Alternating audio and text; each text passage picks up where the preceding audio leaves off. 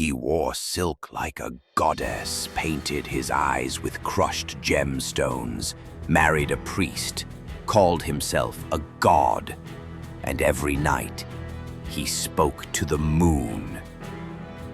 This isn't mythology, this was Rome.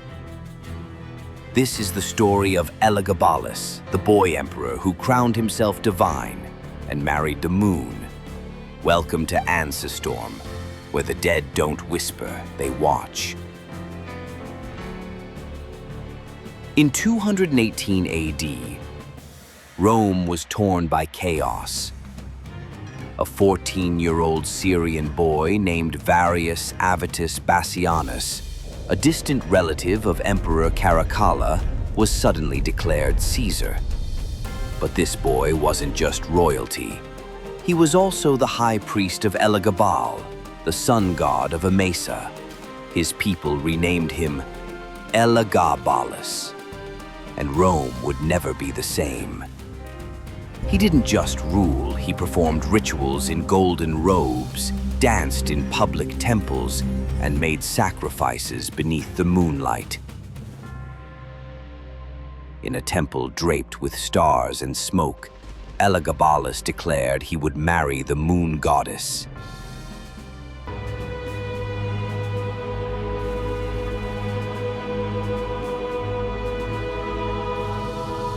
In his cult, the sun god, his god, needed a divine partner. And who better than Luna, the Roman goddess of the moon? He held ceremonies, burned incense to the heavens, and claimed each night that he lay with the moon. Priests wept, senators choked, but no one could stop him. He was emperor, and in his mind, also a god. But Elagabalus didn't stop with Luna. He married 5 times, including to a man, a slave, and a Vestal Virgin, a sacred priestess sworn to eternal chastity.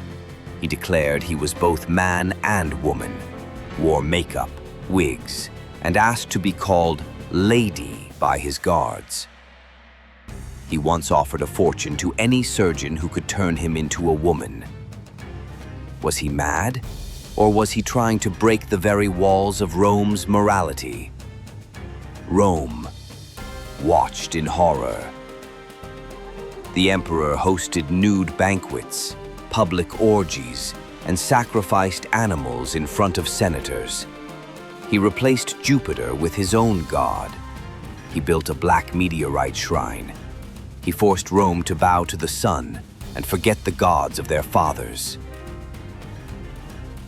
The people whispered that he had gone too far, not for being different, but for turning the empire into a stage for his madness.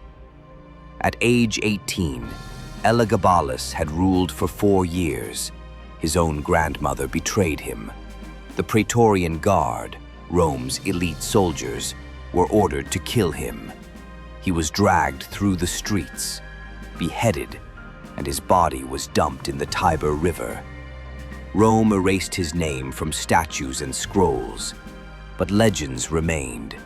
Some said the moon still glowed brighter the night he died.